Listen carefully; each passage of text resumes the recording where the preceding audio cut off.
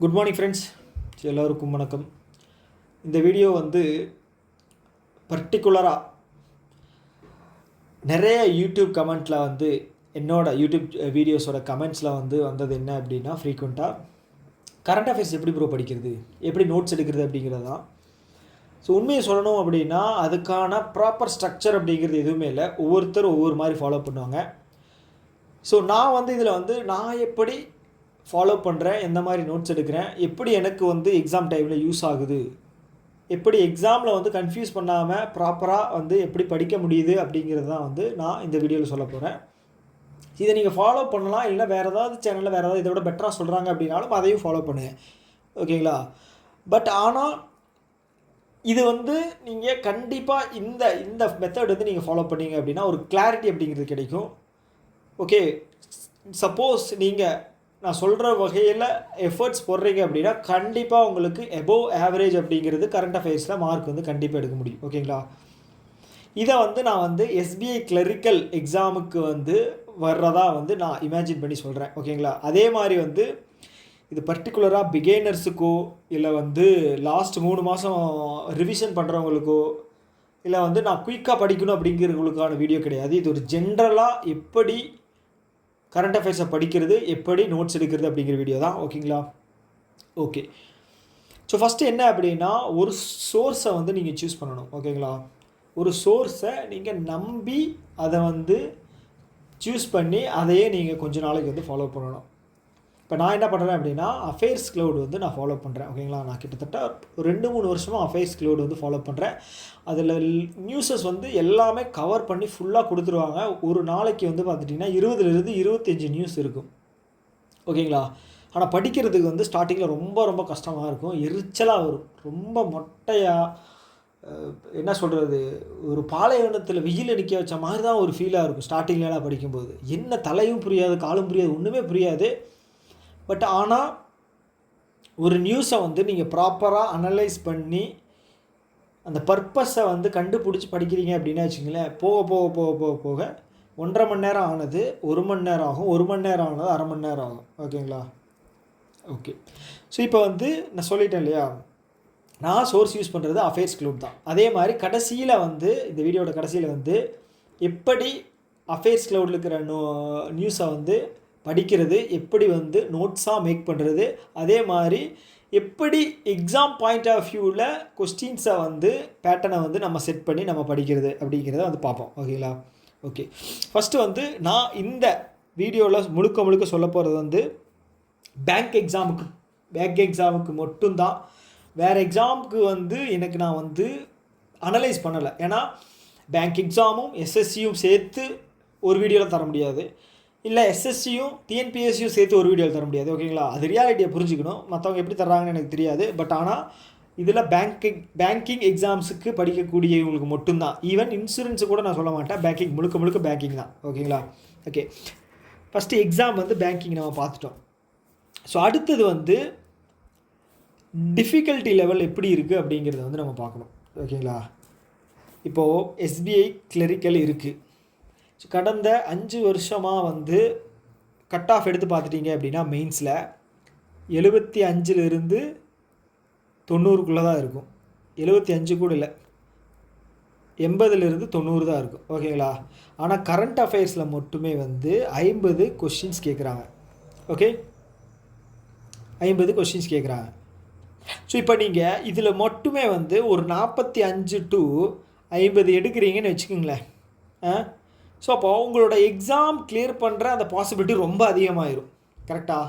அப்போ ஒரு மெயின்ஸுக்கு நான் வந்து ஒரே ஒரு செக்ஷன் மட்டும் நான் ப்ராப்பராக படிச்சுக்கிட்டு மற்றதெல்லாம் ஆவரேஜாக எடுத்துட்டா கூட நான் கிளியர் பண்ணிடலாம் அப்படிங்கிற ஒரு மைண்ட் செட் வந்துடும், ஓகே? ஸோ அவன் என்ன பண்ணுறான் அப்படின்னா இதில் தான் வந்து அவன் வந்து முன்னாடி எனக்கு நான் கேள்விப்பட்டதை நான் அதுக்கு முன்னாடியெல்லாம் எழுதலை, ஒரு 5 வருஷத்துக்கு முன்னாடியெல்லாம் நான் எழுதலை. அப்போல்லாம் வந்து பார்த்துட்டிங்கன்னா இந்த அளவுக்கு கரண்ட் அஃபேர்ஸ் வந்து டிஃபிகல்ட்டாக இல்லை அப்படிங்கிற மாதிரி தான் நான் சொல்லி கேள்விப்பட்டேன், ஓகேங்களா? ஸோ இப்போ இந்த 50 மார்க் கேட்குறாங்க இல்லையா, 50 கொஸ்டின்ஸு. ஸோ இதில் வந்து ஒரு மொட்டையாக வேகாக எதுவுமே படிக்கலை, கடைசி நேரத்தில் ஒரு 3 மாதத்தை மட்டும் நான் கவர் பண்ணுறேன் அப்படிங்கிறவங்க வந்து ஒரு 5 to 10 மார்க் தான் எடுக்க முடியும். அது கூட எடுக்க முடியாது, அந்த அளவுக்கு டிஃபிகல்ட்டாக இருக்கும். ஸோ இப்போ நீங்கள் எஸ்பிஐயில் ஐபிபிஎஸ் பிஓவோட மெயின் ஸ்கோர் கார்டை நீங்கள் பார்த்துருப்பீங்க நிறைய பேரோடது 40 மார்க்குக்கு பார்த்துருப்பீங்க.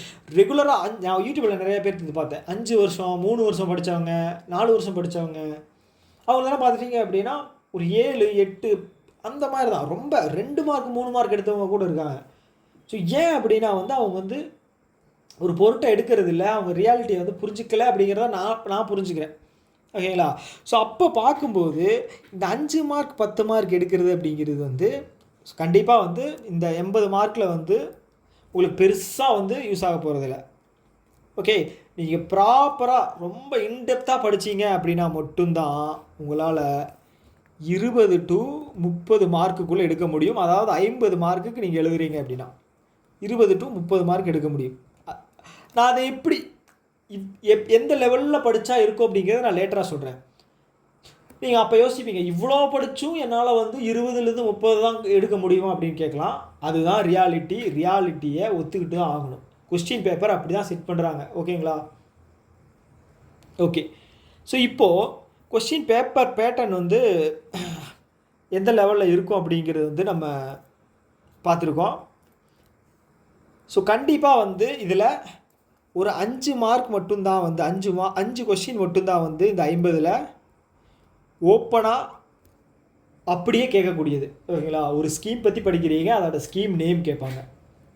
இல்லை அப்படின்னா ஒரு ஸ்டேட்டை பற்றி கேட்பாங்க, எந்த ஸ்டேட் அப்படிங்கிறத பற்றி கேட்பாங்க. இதுதான் ஓப்பனாக இருக்கிறது. இல்லை அப்படின்னா பேங்க்கு ஒரு ஆப் ஒன்று லான்ச் பண்ணுறாங்கன்னு வச்சுக்கோங்களேன், இல்லை எஃப்டி ஸ்கீம் ஒன்று லான்ச் பண்ணுறாங்க, அது என்ன பேங்க் அப்படின்னு கேட்பாங்க. இதுதான் ஓப்பனாக இருக்கிறது. அது வந்து அதில் 5 கொஸ்டின் மட்டும் தான் வரும். இது வந்து உண்மை. ஓகேங்களா?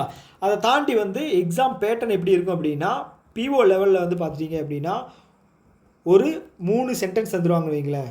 3 சென்டென்ஸ் தந்துடுவாங்க, 1 2 3ன்னு கொடுத்து இதில் வந்து எது வந்து இன்கரெக்ட் அப்படிங்கிற மாதிரி கேட்பாங்க. ஏயா பியா சியா இல்லை 1 or 2 3 அப்படின்னு கேட்பாங்க. ஸோ இது வந்து பிஓ லெவலில் ஒரு 40%, 20 மார்க் அந்த மாதிரி தான் கேட்பாங்க. ஓகேங்களா? அதே மாதிரி கிளரிக்கல் லெவலில் பார்த்துட்டிங்க அப்படின்னா எஸ்பிஐ வேணாம், கிளரிக்கல் லெவலில் பார்த்துட்டிங்க அப்படின்னா அந்த மாதிரி கொஷின்ஸ்லாம் வந்து 1 2 தான் நீங்கள் பார்க்க முடியும். மற்றதெல்லாம் வந்து ஓப்பனாக ஒரு எப்படி சொல்கிறது, ஒரு இன்டைரக்டான கொஷின்ஸ் தான் இருக்கும். ஆனால் அது வந்து ஒரு ஒன்லைன் மாதிரி தான் இருக்கும். ஒன்லைன்னா ஒரே ஒரு சென்டென்ஸில் இருக்கிற மாதிரி தான் இருக்கும். ஓகேங்களா? ஸோ இந்த மாதிரி தான் கொஷின்ஸ் வந்து பேட்டர்ன் வந்து செட் பண்ணுறாங்க. ஸோ இதெல்லாமே பார்த்தாச்சு. ஸோ அடுத்தது தான் வந்து நம்ம எப்படி படிக்கணும் அப்படிங்கிறது வந்து நம்ம பார்ப்போம். ஓகேங்களா? ஸோ பேங்கிங் எக்ஸாம்ஸை பொறுத்தளவுக்கு முக்கியமான 2 விஷயம் என்ன அப்படின்னா பேங்கிங் அண்ட் ஃபினான்ஷியல் நியூஸும் அதர்ஸ். இதை நான் வந்து பிரிக்கிறேன். ஓகேங்களா? மற்றவங்க எப்படி போட்டிருக்காங்க அப்படிங்கிறது எனக்கு தெரியாது. இது நான் பிரிக்கிறது. பேங்கிங் ஃபினான்ஷியல் இன்ஸ்டிடியூஷனோட நியூஸும் அதர்ஸும் வந்து நான் பிரிப்பேன். அதர்ஸில் என்ன வருது, பேங்கிங் அண்ட் ஃபினான்ஷியல் என்ன வருது பார்ப்போம். ஸோ இதில் வெயிட்டேஜ் வந்து பார்த்தீங்க அப்படின்னா நான் கொடுக்குறது இதில் வந்து ஒரு 70%, இதுக்கு வந்து ஒரு 30% கொடுப்பேன். Okay.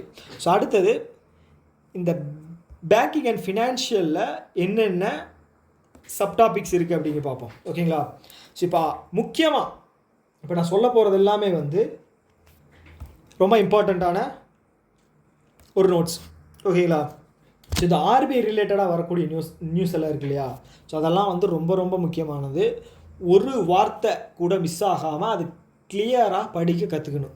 Okay, RBI related news. அதுக்கு அடுத்தது வந்து பார்த்துட்டிங்க அப்படின்னா ஷெட்யூல்டு கமர்ஷியல் பேங்க். ஓகேங்களா? அதில் வந்து குறிப்பாக பப்ளிக் செக்டார் பேங்க்கோட நியூஸஸ். ஓகே, இது வந்து ப்ரையாரிட்டி வைஸ் தான் நான் கொடுத்துருக்கேன். ஓகேங்களா? செகண்ட் வந்து ப்ரைவேட்டு, அடுத்தது ஆர்ஆர்பி கூட வந்து பேங்கிங்கில் நமக்கு வந்து ரீஜனல் ரூரல் பேங்க் அதுக்கு மட்டும் தான் கேட்பாங்க. அதுக்கப்புறம் வந்து ஃபாரின் பேங்க், இது வந்து ஹையஸ்ட் ப்ரையாரிட்டிலேருந்து லோவஸ்ட் ப்ரையாரிட்டி. அடுத்தது வந்து பார்த்தீங்க அப்படின்னா ஸ்மால் ஃபினான்ஸ் பேங்க்கு, கோஆப்ரேட்டிவ் பேங்க்கு, என்பிஎஃப்சிஸ். ஸோ இது ரிலேட்டடான நியூஸ். ஓகே, இப்போ ஈக்விட்டா ஸ்மால் ஃபைனான்ஸ் இருக்குது, கோஆப்ரேட்டிவ் பேங்க்னா நேஷனல் கோஆப்ரேட்டிவ் பேங்க்கு, என்பிஎஃப்சிஸ். ஓகேங்களா? என்பிஎஃப்சிஸ் இருக்கு இல்லையா, நான் பேங்கிங் ஃபினான்ஷியல் இன்ஸ்டிடியூஷன்ஸ், அந்த நியூஸஸ். ஓகே, ஸோ அடுத்தது இன்னொரு டாபிக் என்ன அப்படின்னா ஆல் இண்டியா ஃபினான்ஷியல் இன்ஸ்டிடியூஷன்ஸ் அப்படின்னா என்ன?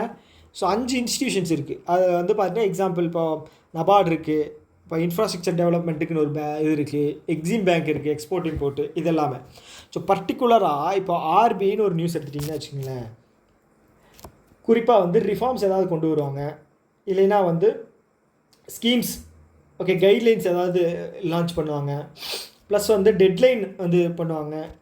அப்புறம் வந்து பார்த்தீங்கன்னா கமிட்டி ஏதாவது ஒன்று ஃபார்ம் பண்ணி அந்த கமிட்டி தலைமையில் ஏதாவது ஒன்று ரிப்போர்ட் சப்மிட் பண்ண சொல்லுவாங்க. அடுத்தது வந்து ஃபைன், இது எல்லாமே வந்து ஆர்பிஐக்கு கீழே வரக்கூடிய நியூஸு. இதே மாதிரி தான் வந்து பேங்கிங், ஒவ்வொரு பேங்க்கு கீழேயும் வந்து என்னென்ன ப்ராசஸ் பண்ணுறாங்களோ அதை பொறுத்து இருக்கும். சப்போஸ் வந்து ஹெச்டிஎஃப்சி பேங்க்னு ஒன்று எடுத்துட்டிங்க அப்படின்னா, ஹெச்டிஎஃப்சி பேங்க் வந்து என்ன ஸ்கீம் வந்து லான்ச் பண்ணுறாங்க, எஃப்டி ஃபெசிலிட்டி லான்ச் பண்ணுறாங்களா, ஸோ அவங்க வந்து இண்டஸ்ட்ரீஸ் ஒரு எம்எஸ்எம்இக்கு ஒரு ப்ரோக்ராம் லான்ச் பண்ணுறாங்க, உமனுக்கு வந்து ஒரு ப்ரோக்ராம் லான்ச் பண்ணுறாங்க, அதே மாதிரி வந்து கிளைமேட் சேஞ்சுக்கு ஒரு ப்ரோக்ராம் லான்ச் பண்ணுறாங்க. இந்த மாதிரி விஷயங்கள் வந்து முக்கியமாக படிக்கணும். குறிப்பாக வந்து எந்த பேங்காக இருந்தாலும் பெண்களுக்கும் முதியவர்களுக்கும் சீனியர் சிட்டிசன்ஸுக்கும் அப்புறம் கிளைமேட் ரிலேட்டடான எந்த ஒரு நியூஸாக இருந்தாலும் அது வந்து ரொம்ப ரொம்ப ரொம்ப ரொம்ப முக்கியமானது. அது வந்து ஞாபகம் வச்சுக்கணும், ஓகேங்களா? ஏன்னா வந்து அதை பேஸ் பண்ணி தான் வந்து பேங்க் வந்து ரன் பண்ண சொல்லியிருக்காங்க, ஓகேங்களா? ஏன்னா வந்து எந்தெந்த செக்டாருக்கு ஃபோக்கஸ் பண்ணணும் அப்படிங்கிறதும் ஒரு கைட்லைன்ஸ் இருக்குது, ஓகேங்களா? கிளைமேட் சேஞ்ச் ரிலேட்டடான விஷயங்களுக்கு ரொம்ப இம்பார்ட்டன்ஸ் கொடுக்கணும். உமன் லிட் பண்ணுற, அதாவது பிஸ்னஸ் அப்படின்னு வர்றாங்கன்னு வச்சுக்கோங்களேன், அவங்களுக்கு இல்லைனா வந்து பிஸ்னஸை ஊக்குவிக்கிற வகையில் ஏதாவது ஒரு ஸ்கீம்ஸ் தரணும். அதே மாதிரி சீனியர் சிட்டிசன்ஸுக்கு வந்து சேவிங்ஸ் ஸ்கீம், ஓகேங்களா, ஒரு செக்யூரிட்டி தரக்கூடிய ஒரு சேவிங்ஸ் ஸ்கீம் அந்த மாதிரி தரணும், ஓகே? ஸோ நான் ஆல்ரெடி டீட்டெயில் எக்ஸ்பிளைன் பண்ணிட்டேன்னு நினைக்கிறேன். ஸோ இந்த மாதிரி நியூஸ் வந்து படிக்கணும் குறிப்பாக.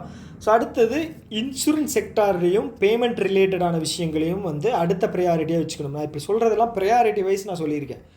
இன்சூரன்ஸ் செக்டாரையும் பேமெண்ட் ரிலேட்டடான விஷயங்களையும், ஓகேங்களா? இப்போ பேமெண்ட்டில் வந்து டிஜிட்டலாக நிறைய விஷயம் வந்துருச்சு இல்லையா? ஸோ இதில் வந்து என்னென்ன பேமெண்ட் மெத்தட் இருக்குது அப்படிங்கிறது ஃபஸ்ட் தெரியணும், பேஸ் தான் ஃபஸ்ட்டு தெரியணும், ஓகேங்களா? யூபிஐ வந்து யார் லான்ச் பண்ணுறா, ஐஎம்பிஎஸ் யார் லான்ச் பண்ணியிருக்கா, ஆர்டிஜிஎஸ் எதுக்கு இருக்குது, ஆர்டிஜிஎஸை தவிர்த்துட்டு ஏன் யூபிஐ வந்துச்சு, ஸோ இந்த மாதிரி விஷயங்களெல்லாம் அவங்களுக்கு தெரியணும். ஸோ இன்சூரன்ஸ் வந்து பேசிக் ஒர்க் என்ன அப்படிங்கிறது தெரிஞ்சுக்கணும். சப்போஸ் இன்சூரன்ஸும் பேங்க்கும் ஏதாவது கொலாபரேஷன் பண்ணுறாங்களா அப்படிங்கிறதும் தெரிஞ்சுக்கணும், ஓகேங்களா? ஸோ இந்த மாதிரி விஷயங்களெல்லாம் வந்து ஹை வெயிட்டேஜ் இருக்கிற டாபிக்ஸ் பேங்கிங் செக்டாரை பொறுத்தளவுக்கு, பேங்கிங் எக்ஸாம்ஸை பொறுத்தளவுக்கு. ஸோ அடுத்தது பார்த்துட்டிங்க அப்படின்னா ஸ்டாட்டிக் ஜிகே. ஸோ இந்த பேங்கிங்கில் வரக்கூடிய ஸ்டாட்டிக் ஜிகே ரொம்ப ரொம்ப ரொம்ப ரொம்ப முக்கியமானது, ஓகே? எம்டிஎன் சிஇஓஸ் கேட்பாங்க. ஒவ்வொரு எக்ஸாம்லேயுமே ஒவ்வொரு கொஸ்டின் இருக்கும் எம்டிஎன் சிஇஓஸ் பற்றி ஏதாவது ஒரு, ஓகேங்களா? இப்போது டைரெக்டாக பேங்க்கை மட்டுமே கேட்க மாட்டாங்க.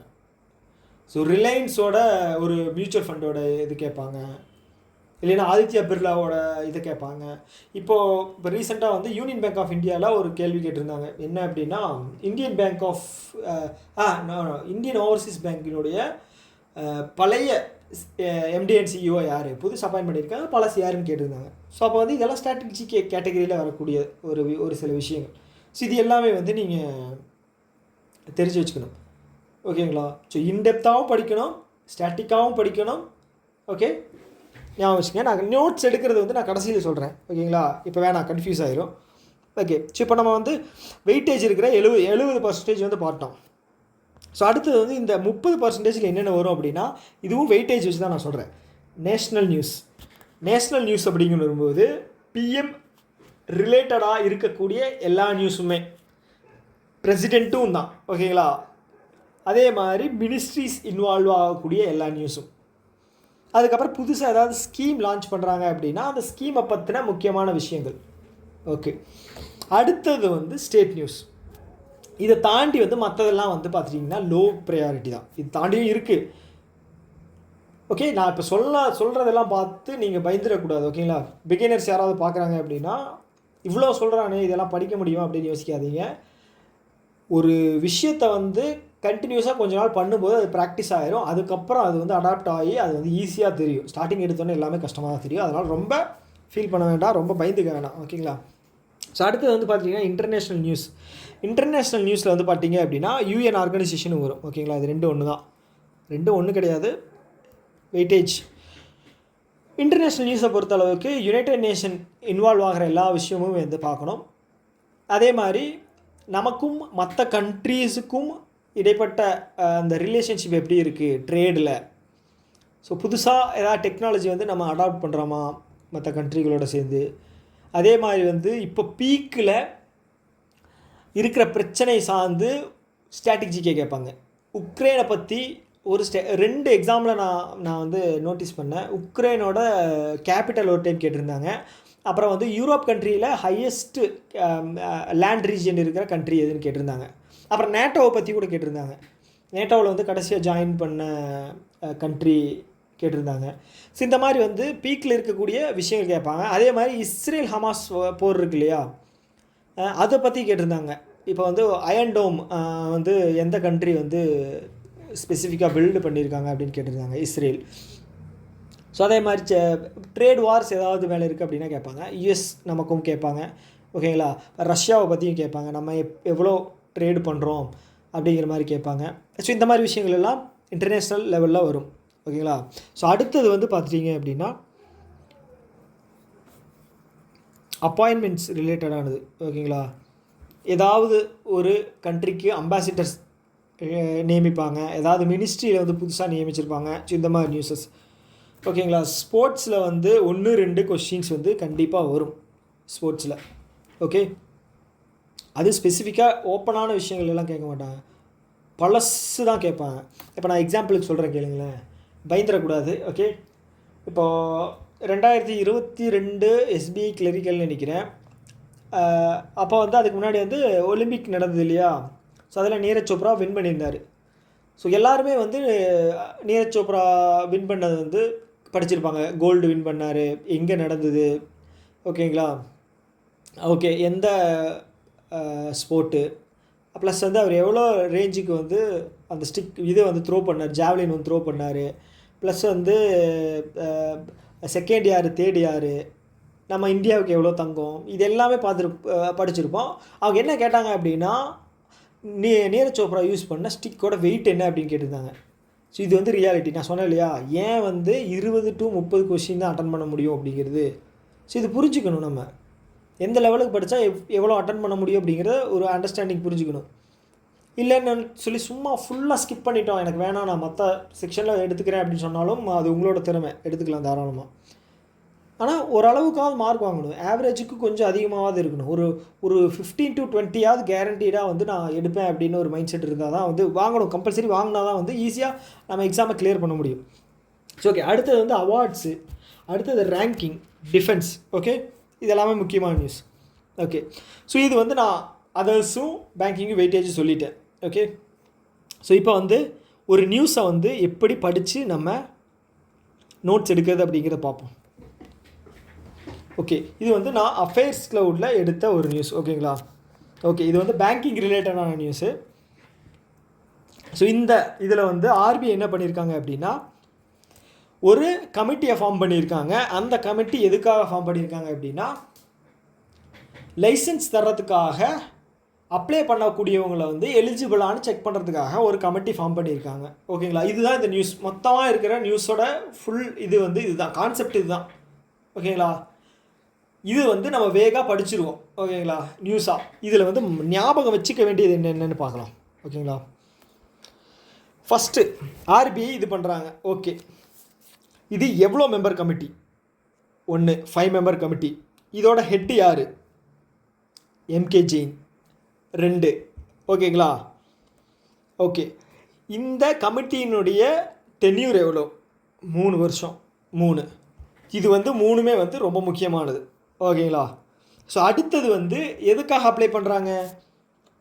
என்பிஎஃப்சியாக இருந்து ஸ்மால் ஃபினான்ஸாக மாறணும் அப்படிங்கிறதுக்காக.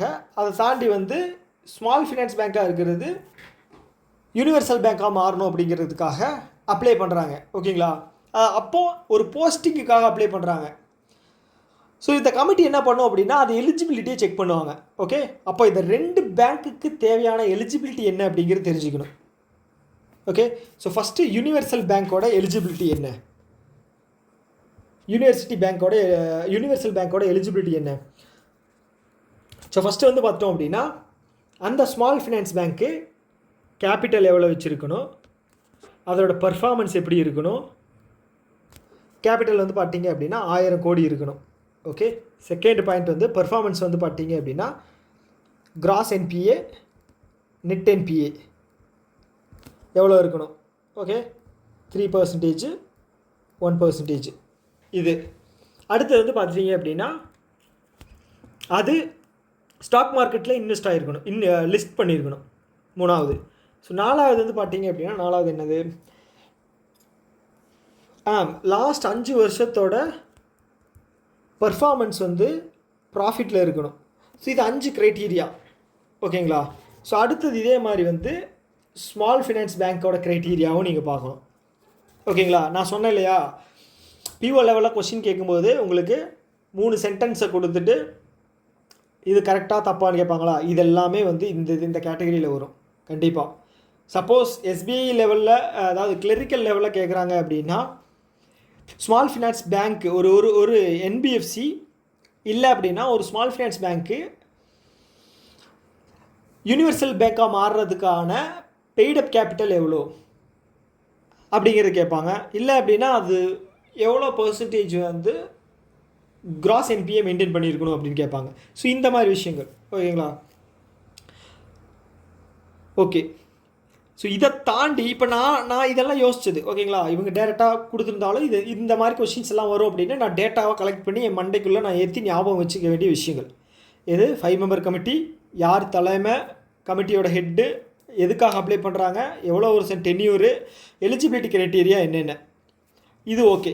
இதை தாண்டி வந்து உங்களால் வேறு ஏதாவது கொஸ்டின் வந்து பேனல் மெம்பர்ஸ் கமிட்டி, அதாவது பேங்க் ஐபிபிஎஸ் வந்து செட் பண்ண முடியுமா அப்படிங்கிறத நீங்கள் யோசிக்கணும்.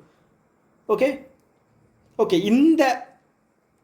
இது ஏன் இந்த நியூஸாக வந்துச்சு, அப்போ யாரோ ஒருத்தங்க அப்ளை பண்ணியிருக்காங்க, யாருன்னு போய் செக் பண்ணி பார்க்கணும். இங்கே கொடுத்துருக்காங்க பார்த்தீங்களா, யூனிவர்சல் பேங்காக மாறுறதுக்கு அன்னபூர்ணா ஃபினான்ஷியல் ப்ரைவேட் லிமிடெடும் ஏயு ஸ்மால் ஃபினான்ஸ் லிமிடெடும் வந்து அப்ளை பண்ணியிருக்காங்க. ஓகேங்களா. ஸ்மால் ஃபினான்ஸ் பேங்க் ஆகிறதுக்காக ஃபினோவும் விஎஃப்எஸ் அப்ளை பண்ணியிருக்காங்க.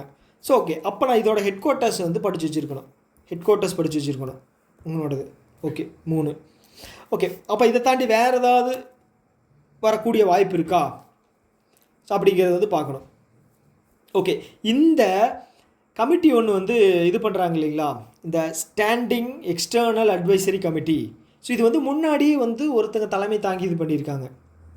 ஸோ அவங்க பேர் வந்து பார்த்திங்கன்னா ஷாமலா கோபிநாத். ஸோ இவங்க தான். ஸோ இதை கேட்குறதுக்கு வாய்ப்பு இருக்குது. ஸோ இதை தாண்டி வேறு ஏதாவது கேட்டுற முடியுமா? கண்டிப்பாக கேட்க முடியாது. இதைத்தான் நீங்கள் நோட்ஸாக எடுக்கணும், எழுதி வைக்கணும். ஓகேங்களா. ஒரு நியூஸுக்கு இவ்வளோ எடுக்கணுமான்னு கேட்டால் இவ்வளோ எடுக்கணும். நான் படிச்சுட்டேன், எனக்கு ஞாபகம் இருக்குன்னு கேட்டிங்கன்னா சொன்னீங்க அப்படின்னா எனக்கு வந்து நானும் வந்து நான் நோட்ஸ் எடுத்து ரிவைஸ் பண்ணிக்கிறேன் வீக்லி ஒன்ஸு. அப்படி இருந்தும் எனக்கு நிறைய விஷயங்கள் ஞாபகம் இருக்கிறது இல்லை. அப்படி இருக்குது அப்படின்னா உங்களோட திறமை கண்டிப்பாக நீங்கள் அப்படி ஃபாலோ பண்ணுங்கள். அது நான் ஒன்றும் தப்பெல்லாம் சொல்லவே மாட்டேன். ஓகேங்களா. So okay. இப்போ நோட்ஸ் வந்து எடுக்கிறது வந்து எப்படி ஸ்ப்ளிட்டப் பண்ணி எடுக்கணும் அப்படிங்கிறத சொல்கிறேன். ஓகேங்களா. ஸோ ஃபஸ்ட்டு வந்து நீங்கள் ஆர்பிஐக்கு நான் சொன்னேன் இல்லைங்களா, ஒவ்வொரு பேஜாக நீங்கள் வந்து விட்டு எடுக்கலாம். ஸோ இப்போ ஃபஸ்ட்டு வந்து ஒரு நோட்டில் வந்து ஒரு 20 பேஜ் வந்து நீங்கள் ஸ்ப்ளிட்டப் பண்ணிக்கணும். ஸோ ஆர்பிஐக்கு ஃபுல்லாக ஒரு பேஜ் லாங் சைஸ் நோட்டில், ஷெட்யூல் கமர்ஷியல் பேங்க்கில் வந்து ஒரு பேஜில் ஹாஃப் வந்து பப்ளிக் செக்டார், ப்ரைவேட் செக்டார், இந்த மாதிரி நான் சொன்ன எல்லா விஷயத்துக்குமே வந்து பேஜஸ் வந்து நீங்கள் விட்டு எழுதிட்டு வந்தீங்க அப்படின்னா ஒவ்வொரு நாளுமே வந்து நோட்ஸ் எடுத்துகிட்டே வந்தீங்க அப்படின்னு வச்சுக்கோங்களேன். இன்றைக்கி நான் எடுக்கிற நோட்ஸு எழுதும்போது நான் நேற்று ஒரு நோட்ஸை எடுத்து எழுதியிருப்பேன் இல்லையா, அதை அப்படியே லைட்டாக நான் ரீட் பண்ணுவேன் மேலே. அது நான் ஜென்ரலாகவே நடக்கும். யார் எடுத்தீங்க அப்படின்னாலுமே வந்து நீங்கள் எழுதும்போது மேலே இருக்கிற நியூஸை ஜஸ்ட் ஒன்ஸ் ரீட் பண்ணுவீங்க. அதுக்கு ஒரு 5 to 6 செகண்ட்ஸ் ஆகுமா. அப்போது எனக்கு ரிவிஷன் அப்படிங்கிறது வந்து எக்ஸ்ட்ராவாக இன்னொன்று கிடைக்குது. ஓகேங்களா. ஸோ கலெக்டிவாக நான் ஒரு இடத்துல சின்ன ஷார்ட் நோட்ஸாக எடுக்கிறேன், ப்ளஸ் நான் அப்போவே ரிவைஸும் பண்ணிக்கிறேன். ரொம்ப ஈஸியாகிடும். ஓகே. ஓகே. ஸோ இப்படி தான் வந்து இந்த நோட்ஸை வந்து எடுக்கணும். ஓகே. ஸோ அடுத்தது வந்து பார்த்திங்க அப்படின்னா இன்னொரு நேஷ்னல் நியூஸ் வந்து நான் சொல்கிறேன் எப்படி எடுக்கணும்னு. ஸோ ஆல்ரெடி நான் ரொம்ப டீட்டெயிலாக எக்ஸ்பிளைன் பண்ணுறேன்னு நினைக்கிறேன். எனக்கே வந்து ஒரு மாதிரி தான் ஃபீல் ஆகுது. ஸோ ரொம்ப போட்டு புஷ் பண்ணுற மாதிரி. ஸோ இருந்தாலும் வந்து கடமை சொல்லி தான் ஆகணும் கண்டிப்பாக.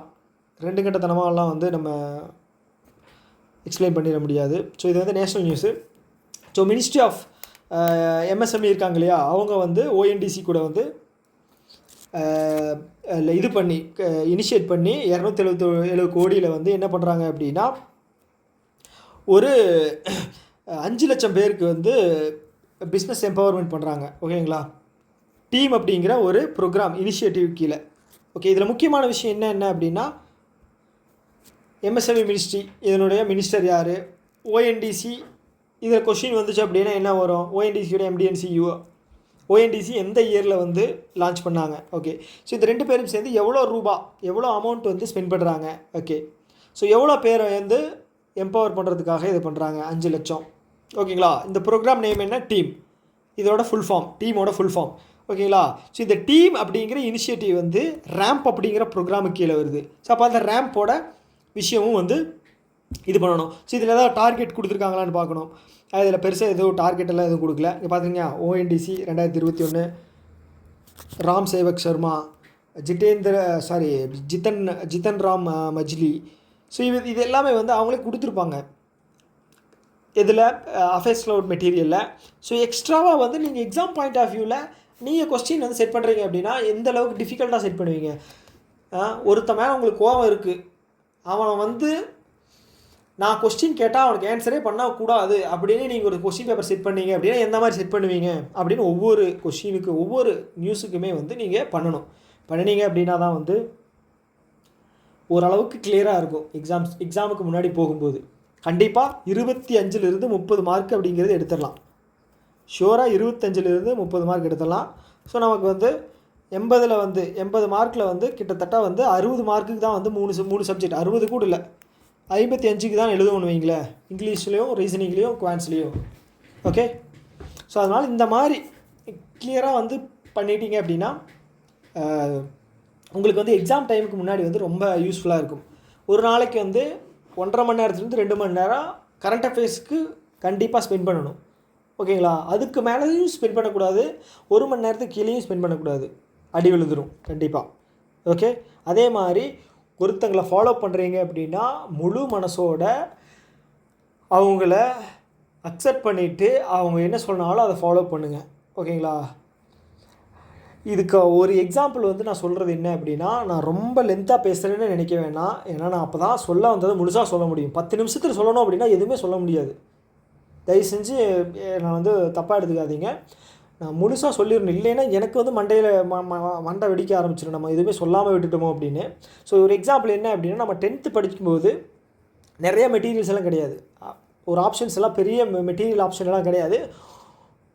மேம் டீச்சர் சொல்கிற ஒரே ஒரு இது வந்துட்டு தான் அவன் கைடு மட்டும் தான் வாங்கி படிப்பான். நான் கோனார் அப்படிங்கிற ஒரு கைடு வாங்கி படித்தேன், அதுதான் ஃபுல்லாக ரிப்பீட்டடாக படிச்சுக்கிட்டு இருந்தேன், நல்ல மார்க்கும் வந்துச்சு.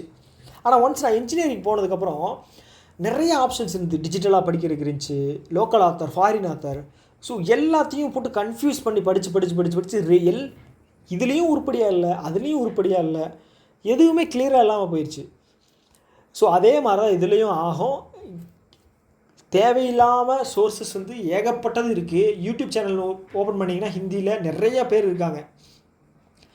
இன்ட்ரொடக்ஷனுக்கே 10 நிமிஷம் வந்து பேசுவாங்க, ஒரு 5 நியூஸ் தான் சொல்லுவாங்க, ஆனால் 1 மணி நேரம் லேட் பண்ணிடுவாங்க. ஓகேங்களா, ஸோ அதனால் வந்து பார்த்து முடிச்சதுக்கப்புறம் நம்ம என்னடா ஒன்றுமே பார்க்கலையே, டைம் அதிகமாக வேஸ்ட் பண்ண மாதிரி இருக்கே அப்படின்னு சொல்லி கடைசியில் ஃபீல் பண்ணுற மாதிரி ஆயிரும். ஸோ அதுவே வந்து வேறு ஒரு டிப்ரெஷனுக்கு கொண்டு போய் விட்டுரும். அதனால் வந்து நான் யூஸ் பண்ணுறது அஃபேர்ஸ் க்ளவுடு. இது வந்து இப்போ என்ன சொல்கிறது, உங்களுக்கு நான் வந்து கம்பல்சரி இதில் தான் படிக்கணும்னு நான் சொல்லலை, உங்களுக்கு ரிலேபிளாக ஏதாவது இருக்குது அப்படின்னு நீங்கள் ஃபீல் பண்ணிங்கன்னா அதில் படிங்க. ஓகேங்களா, ஆனால் அஃபேர்ஸ் க்ளவுடில் படிச்சிங்க அப்படின்னா கண்டிப்பாக வந்து அதில் வரக்கூடிய ஒரு 80 to 85% வந்து கண்டிப்பாக இதில் படிக்கிறது வந்து எக்ஸாமுக்கு வந்துடும்.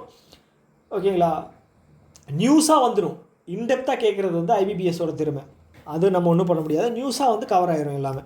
ஓகே, ஸோ இப்போ வந்து நான் யூஸ் பண்ணுற 3 சோர்ஸஸ் வந்து நான் சொல்ல போகிறேன். ஓகேங்களா, ஓகே. ஸோ ஃபஸ்ட்டு வந்து பார்த்தீங்க அப்படின்னா அஃபேர்ஸ் க்ளவுடில் வந்து நான் ஃபுல்லாக படிச்சிருவேன், அன்னைக்கான நியூஸ் வந்து நான் ஃபுல்லாக படிச்சிருவேன். ஓகேங்களா, ஃபுல்லாக படிச்சுட்டு நான் சொன்னேன் இல்லையா, நோட்ஸ் வந்து நான் எடுப்பேன், ஜென்ரலான நோட்ஸ் நான் எழுதிட்டு அந்த நியூஸோட ஜென்ரலான விஷயங்கள் என்னவோ அதை நான் வந்து ஹிண்ட் மாதிரி எழுதியிருப்பேன். என்னோடய ப்ரீவியஸ் கிளாஸ்லாம் நீங்கள் பார்த்துருந்தா தெரிஞ்சிருக்கும் எப்படி நான் நோட்ஸ் எடுத்திருக்கேன் அப்படின்னு. அந்த ஹிண்ட்டு மாதிரி எழுதிட்டு சப்போஸ் நான் வந்து கொஸ்டின் வந்து செலக்ட் பண்ணுற இல்லை செட் பண்ணுற மெம்பராக இருக்கேன் அப்படின்னா என்னோடய மொத்த கோவத்தையும் வந்து நான் வந்து அந்த டிஃபிகல்ட்டான சம் எப்படி வரும் அப்படிங்கிறத வந்து நான் யோசித்து எடுப்பேன். ஓகேங்களா? இப்படியெல்லாம் கொஸ்டின் வந்து செட் பண்ண முடியுமா அப்படிங்கிற அளவுக்கு தான் இருக்கும். அந்த மாதிரி தான் அப்படி எடுத்து அப்படி யோசித்து இது பண்ணால் தான் வந்து நம்ம வந்து கம்ப்ளீட்டாக நம்ம வந்து ப்ரிப்பேராக இருக்கிற மாதிரி வந்து நம்ம இருக்க முடியும். ஓகே. ஸோ அடுத்தது வந்து பார்த்தீங்க அப்படின்னா ஸோ கைட்லியில் ஆதித்யா சார். ஸோ நீங்கள் பார்த்தீங்க அப்படின்னா உங்களுக்கு தெரியும், கைட்லியில் வந்து ஆதித்யா சார் அவரோட நான் இது முடிச்சதுக்கப்புறம் நான் சொல்கிறேன். ஓகேங்களா? நான் யூடியூப்பில் போய் காட்டுறேன். அவர் டிஎன்ஏ செஷன் கிளாஸ் அப்படிங்கிறத எடுப்பார். ஓகேங்களா? டெய்லியும் எடுப்பார். ஸோ இதில் வந்து முழுக்க பேங்கிங் ஃபினான்ஷியல் டேர்ம்ஸ் மட்டும்தான் இருக்கும். அதாவது ஒரு 80 to 85% வந்து அந்த டேர்ம்ஸ் நியூஸஸ் மட்டும்தான் இருக்கும். பேங்கிங், ஃபினான்ஷியல், ஆர்பிஐ இந்த நியூஸ் மட்டும்தான் இருக்கும். மிச்ச 15 வந்து பார்த்தீங்க அப்படின்னா ஒரு நேஷ்னல் நியூஸு அந்த மாதிரி சின்ன விஷயங்கள் இன்ஃபர்மேஷனாக தான் இருக்கும். ஸோ அதனால் இவரோட கிளாஸ் எடுத்துட்டீங்க அப்படின்னா பேங்கிங் ரிலேட்டடாக நான் சொன்னல 70% வந்து வெயிட்டேஜ் அதிகமாக இருக்கும் அப்படின்னு. ஸோ அந்த போர்ஷன் வந்து நீங்கள் கவர் பண்ணிடலாம். ஸோ அடுத்தது வந்து நான் ரிவைஸ் பண்ணுறதுக்காக ஒரு 2 யூடியூப் சேனல் வந்து நான் வச்சுருக்கேன். ஓகேங்களா? ஸோ அந்த 2 யூடியூப் சேனல் என்ன அப்படின்னா இண்டோலோக்கஸ் அண்டு கரண்ட் அஃபேர்ஸ் அப்டேட்டட். இந்த 2 நியூஸ் தான் யூடியூப்பில் இருக்குது, ரிவைஸ் பண்ணுறதுக்காக மட்டும்தான். ஓகே. அதில் வந்து நான் இந்த ஃபஸ்ட்டு 2 இதில் இருந்து கவர் ஆகாத நியூஸ் ஏதாவது அதில் வருது அப்படின்னா அதையும் நான் நோட்ஸாக எடுத்து எழுதிக்குவேன். ஸோ தேர்ட் இன்னொன்று என்னென்னா 4th வந்து பார்த்தீங்க அப்படின்னா மார்க் டெஸ்ட்டில் இருக்கிற நியூஸ் இருக்கு இல்லையா? ஸோ அது வந்து புதுசாக ஏதாவது ஒரு நியூஸ் இருக்குது அப்படின்னா அதை வந்து ப்ராப்பராக எடுத்து எழுதி வைக்கிறது.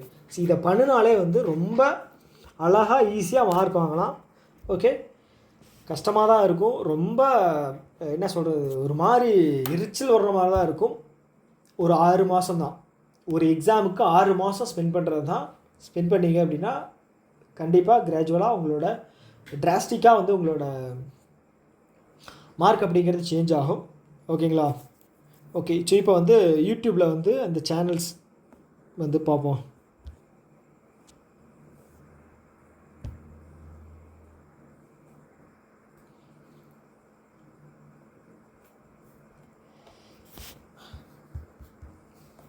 இண்டோலோக்கஸ்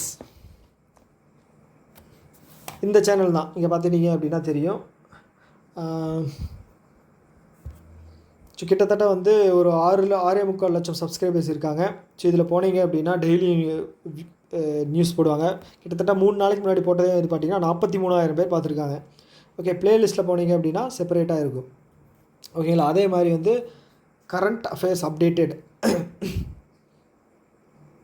ஸோ இதுவும் அதே மாதிரி தான், ஒரு 1 மில்லியன் சப்ஸ்கிரைபர் பக்கம் இருக்காங்க. ஸோ டெய்லி நியூஸ் போனீங்க அப்படின்னா ஸோ பயங்கரமாக இருக்கும். ஸோ நான் மந்த்லி மட்டும்தான் நான் பார்ப்பேன். ப்ளஸ் வந்து ஏதாவது முக்கியமான விஷயங்கள் ஏதாவது இருக்குது அப்படின்னா அந்த மாதிரி விஷயங்களுக்கும் நான் பார்ப்பேன். பேங்கிங் ரிலேட்டட் ஏதாவது இருக்குது அப்படின்னா. ஸோ இது வந்து பார்த்திங்க அப்படின்னா ஜனவரி மந்த் பாருங்கள், 6 நாளைக்கு முன்னாடி போட்டிருந்தாங்க, 72,000 பேர் வாட்ச் பண்ணியிருக்காங்க. ஸோ வாட்ச் பண்ணதுனாலே இது வந்து பெஸ்ட்டுன்னு சொல்ல முடியாது. டைம் எதுவும் வேஸ்ட் பண்ணாமல் கண்டென்ட் அதிகமாக இருக்கும், அவ்வளோதான். ஓகேங்களா? மற்ற யூடியூப் சேனல்லாம் வந்து பார்த்திங்க அப்படின்னா ஃபினான்ஷியலாக ரன் பண்ணிகிட்டு இருக்காங்க. ஓகே. ஸோ அடுத்தது வந்து கைட்லியில்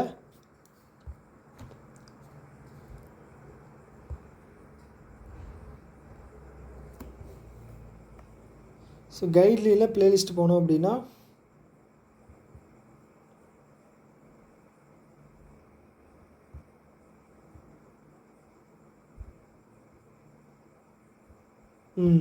இங்கே டிஎன்ஏ செஷன் இருக்கு இல்லையா? ஸோ இது வந்து அவர் டெய்லியும் வந்து போடுவார். நான் பாருங்க எல்லா நியூஸும் பார்த்துருக்கேன். ஸோ இதுலேருந்து தான் நான் நியூஸ் வந்து ரெகுலராக எடுத்துகிட்ருக்கேன், படிக்கிறதுக்கு நோட்ஸ் எடுத்துகிட்ருக்கேன். ஓகே. ஸோ இல்லை அப்படின்னா நீங்கள் லைவ் போனீங்க அப்படின்னாலும் ஸோ லைவில் வந்து டிஎன்ஏ செஷன்ஸ் வந்து அதோட என்ன சொல்கிறது, ஸோ நெக்ஸ்ட்டு அதோட பிளான் என்ன அப்படிங்கிற மாதிரி கொண்டும் அதில் போட்டு வச்சுருப்பாங்க. ஸோ இதில் வந்து இவர் தான். ஸோ இந்த கார்னரில் இருக்கார் இல்லையா, மோடியும் பிரசிடெண்ட் மேடம் இருக்காங்க இல்லையா, ஸோ அவர் தான், அந்த சார் தான், ஆதித்யா சார். ஸோ இந்த யூடியூப் சேனலில் தான் நான் வந்து பார்ப்பேன். ஓகேங்களா? நான் ஒரு 1.5 1.75 ஆர் 2 இந்த ஸ்பீடில் வச்சு தான் பார்ப்பேன். ஏன்னா வந்து எல்லா இதுலேயுமே வந்து நம்ம டைம் அதிகமாக ஸ்பெண்ட் பண்ணிகிட்டு இருந்தோம் அப்படின்னு வச்சுக்கோங்களேன். ஸோ கண்டிப்பாக வந்து நமக்கே ஃப்ரஸ்ட்ரேட் ஆகிரும். கரண்ட் அஃபேர்ஸ் மட்டும் ஒரு நாளைக்கு 4 மணி நேரம் 5 மணி நேரம் ஸ்பெண்ட் பண்ண மாதிரி ஆயிரும். ஸோ அதனால் எப்படி எஃபெக்டிவாக நம்மளோட டைமை வந்து ஒரு பர்டிகுலர் செக்ஷனுக்கு யூஸ் பண்ணிக்கிறோம் அப்படிங்கிற பொறுத்து தான் இருக்குது. ஹோப்ஃபுல்லி எனக்கு நல்லா தெரியுது. இதில் வந்து நான் ஃபுல்லாக இன்னுமே வந்து ப்ராப்பராக சொல்ல முடியல அப்படிங்கிறது இருக்குது. 1-2 மிஸ் பண்ணியிருப்பேன். நான் இந்த வீடியோ அப்லோட் பண்ணிவிட்டு அதுக்கப்புறம் தான் தோணும், ஐயோ இது நான் மிஸ் பண்ணிட்டோமே அப்படின்னு. ஸோ அது எதாவது இருந்துச்சு அப்படின்னா நான் கமெண்ட்டில் கண்டிப்பாக கீழே போடுறேன். ஸோ ஆல்ரெடி 35 நிமிஷம் போயிடுச்சு இல்லையா. இது என்ன மித்து அப்படின்னா, ரொம்ப லென்த்தியாக போட்டால் யாருமே பார்க்குறதே இல்லை. அதனால் வந்து 10 நிமிஷத்தில் சொல்லலாம் அப்படின்னு சொல்லிட்டு நிறையா வீடியோஸ் நான் பார்த்துருக்கேன். ஆனால் 10 நிமிஷத்தில் எதுவுமே சொல்ல முடியாது. ப்ராப்பராக என்ன சொல்லுவாங்க 10 நிமிஷத்தில் பாருங்கள், எதுவுமே சொல்ல முடியாது. அதனால் ஸோ இதில் இருக்கிறது வந்து உங்களுக்கு ஏதாவது உடன்பாடு இல்லை அப்படின்னா நீங்கள் கீழே வந்து கமெண்ட்ஸில் சொல்லுங்கள். இல்லை வந்து இது தப்பு, இது வந்து வேறு மாதிரி ட்ரை பண்ணால் தான் மார்க் எடுக்க முடியும் அப்படின்னாலும் நீங்கள் வந்து எதாவது இருந்தாலும் சஜஷன் சொல்லுங்கள். ஓகேங்களா? ஓகே. ஸோ இந்த வீடியோ வந்து இவ்வளோ தான். ஸோ நீங்கள் தான் சொல்லணும் இது வந்து எஃபெக்டிவாக இருக்கா இல்லையா அப்படிங்கிறது. ஸோ இன்னொரு வீடியோவில் மீட் பண்ணலாம். Tata, bye by.